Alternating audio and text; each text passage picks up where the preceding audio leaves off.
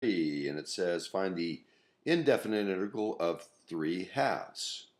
Well, the derivative of 3/2 x is 3/2. But the indefinite integral, there's always a constant, and so there's the answer for 18. Now 36, the next one. This is 4 times 1 over x, and the derivative of ln x is 1 over x, so we'd have to have 4 times it. So the derivative of that's 1 over x times 4, 4 over x. And the derivative of e to the x is e to the x, and it would have to be minus, and then plus a constant. 39. So 39, the integral of 8x, so that would go to 2 and divide by 2, so it'd be 4x squared. Think about taking the derivative, that'd be 2 times 4 is 8x to the 1. And then this would be minus 4, and the derivative of e to the something is e to the something, so the integral would be e to the something. But the derivative would be this times the derivative of this, which would create a minus 2, which we don't have, so we have to divide out the minus 2. So the derivative of this would be the e to the 5 minus 2x times the derivative of the power, which would be minus 2, which would cancel this and leave us with the minus 4 e to the minus 5x plus c. 40. They gave us a couple of graphs that are supposed to be the antiderivative of this. So if this is the derivative, the area under this curve gives us what that graph is. Well, to start off with, the area is negative, so the original graph would have to be going down. And then right here, we're going to start adding area, so this graph has to start going up right there. And this positive area stops being positive there, so by the time we get to about there, it's going to be reached the top and going to be starting to go back down again. And there it's going to go down for a little bit until we get to the y-axis. And then we got an add area, so it's got to be coming up again. And then we're subtracting area, so it's going to be coming down again. And then for here it goes back up. Now it's plus c, so this could be moved up or down. And the only graph that looks like that is of A and B this was A. Now same idea here. So we got negative areas, so the graph has to start going down, and it could be any height, but it's going down till it gets to here. And then it's adding area all the way to the y-axis, so it's got to be going up to the y-axis. And then it's subtracting area, so it's got to be going down again all the way to there. And then it's positive area, so it's got to be going up again. Now, A looks like this one, and so does C. B, this turnaround right here where it goes from adding, going up to going down, happens down the y-axis, and B doesn't do that. So B is the one that doesn't work, and that's what they wanted. Which graph isn't it? Okay, now we got some differential equations. 48. So if we multiply by the dt over here and dt here to cancel those, and then we take the integral of both sides, the integral of dy, 1 dy is just y, derivative of y is 1 dy. And we got to integrate this, and that would be 3t, because the variable is t, and this one would be minus t squared. Derivative of that would be minus 2t. And then there could be plus a constant. And we use this to find the constant. It says when the independent variable is 0, in this case t, we're supposed to come up with minus 5. So if that's 0 and that's 0, this is 0, and we're supposed to have minus 5. C is going to have to be minus 5 to come out to be minus 5 for the y. So the final equation would be y equals 3t minus t squared minus 5. Okay, for the next one, multiplying by the dt on both sides. Integral of that would be z. Integral of this, raise that, that would be the minus 1/2, and divide by minus 1/2, which would be minus 2t to the negative 1/2. So negative 1/2 comes down, times that would be positive 1. T to 1 less than minus 1/2 is minus 3/2. Plus c. And it says t would be 4, then the whole thing should be minus 1. So if we put 4 in here, square root of 4 is 2, minus would put it in the bottom. So we'd have minus 2 over 2, which is minus 1, which is what it's supposed to be. So c would be 0. And that would be our equation. 56. So we multiply by the dz, both sides, and integrate this, and we get y equals, and the derivative of what is sine? Well, the derivative of cosine is negative sine, so the derivative of negative cosine of 2z would be negative sine of 2z, but then times a 2 because of the chain rule. So we have to put a half out here. So I'll put 1/2 and make it minus. So now the derivative of the cosine would be sine of 2z, and then times the 2, which you cancel that to make it 1. Negative cosine's derivative is sine. Plus c. So if we put pi over 4 in for the z, 2 times pi over 4 is pi over 2. Cosine of pi over 2 is 0, times negative half is 0, plus what turns out to be 4, and so c would have to be 4. And there's our final equation. Now 60. Okay, if you're taking the derivative of e to the t, it's going to be e to the negative t would be e to the negative t, but then it'll be times the negative. So if we're doing the antiderivative, after getting that out of there, we're going to get y equals negative e to the negative t, so that the derivative would be e to the negative t times the negative 1, which would cancel that and make it that, plus a constant. And if we put 0 in here, e to the 0 would be 1. So we got negative 1 plus something has to come out to be 0. So c would have to be 1.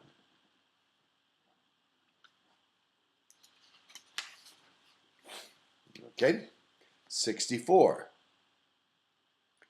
Now we have to do this twice because we want to get back to f. So when we integrate the second derivative, we'll get the first derivative. We'll use this to figure out what the c is on that. And then we'll integrate again and use this to figure out what the constant is on that. So integrating this once with respect to x, and we would get f prime of x, the first derivative, to be 1/4 x to the 4th, because 4 comes down, cancel, x to the 3rd, there's that, minus this would be x squared plus c. If we put in 1, we're supposed to get 0.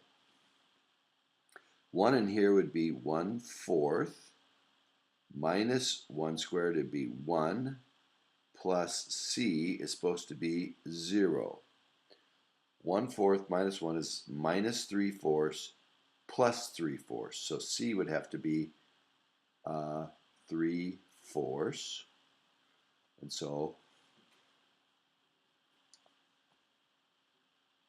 f prime would be 1/4 x to the 4th minus x squared plus 3/4. Now we're going to integrate this to get f. So that would be, take the antiderivative, this would be f of x equals, so 1 more than 4 is 5, so we have to divide by that, so it's going to be 1 over 4 times 5, or 20, x to the 5th. 5 times this would be 5, 20, so 1/4, x to the 4th. The derivative of that works. And the integral of this would be minus 1/3 x to the 3rd. The integral of that would be 3/4 x plus c. And now we've got to figure out what the c is using 1 in for the x's and making it come out to be 2. So if I put 1 in here, I get 1/20 minus 1/3 plus 3/4. So the common denominator looks like it's going to be 60. So this is 3/60 minus 20/60 plus 45/60. So I got 48 minus 20 is 28/60 that I'm going to take off of 120/60.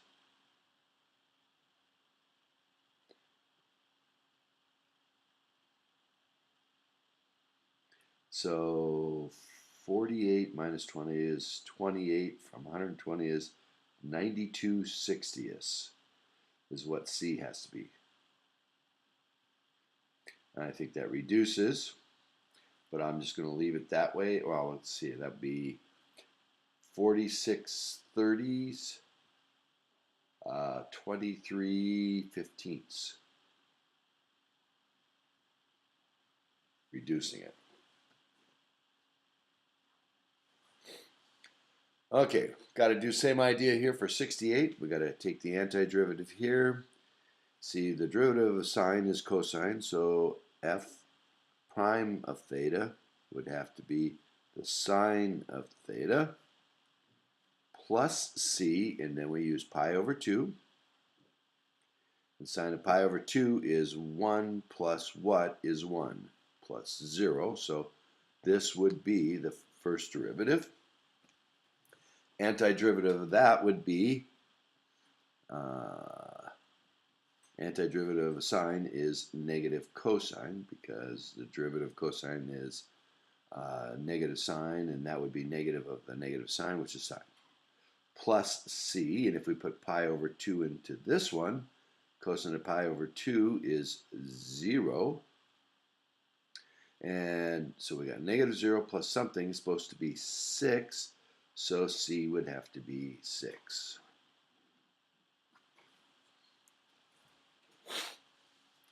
Okay, 72. Here's the velocity, and it says find the distance. So the antiderivative will give us the distance. And so the distance as a function of time would be, antiderivative of this, 3 divided by 3, so that's 2t to the 3rd. 3 times 2 is 6t to the 2nd. Derivative works. Integrate this, and this is minus 1/2 t squared plus a constant. And it says it's at the origin, which is distance of 0, at 1 second. So we've got 2 plus 1 squared times 1/2 is minus 1/2 plus c. 2 minus 1/2 is 1 1/2. So C is going to have to be minus 1 1/2. So this change the C to minus 1 1/2, and there's the equation. And a slight twist, now we've got the acceleration, which is the derivative of velocity, and then which is the derivative of distance. So we got to work our way all the way back. And then once we get the distance equation, we got to put in 25 seconds to see how far it's moved. So integral of both sides, antiderivative of both sides, we get velocity equals, and so 1 bigger than 1/2 is 3/2, so we're going to multiply by 2/3. 3 times 2/3 t to the 3/2, because that down times this would cancel. T to the 1 less would be 1/2 times 3. Plus c, and when t is 0, we're supposed to have 4, so this would have to be 4. So there's the velocity, using this to find the 4. Now we got to go to the distance, so we take the integral of both sides. By the way, the 3's cancel. So we get the distance as a function of time. So we increase this, that'd be 5/2, so we got to multiply by 2/5. 2/5 times 2 is 4/5. T to the 5/2 plus the integral of that's going to be 4t plus c. And if we put in 0 for the time, we're supposed to get 0 distance because it said it started at the origin.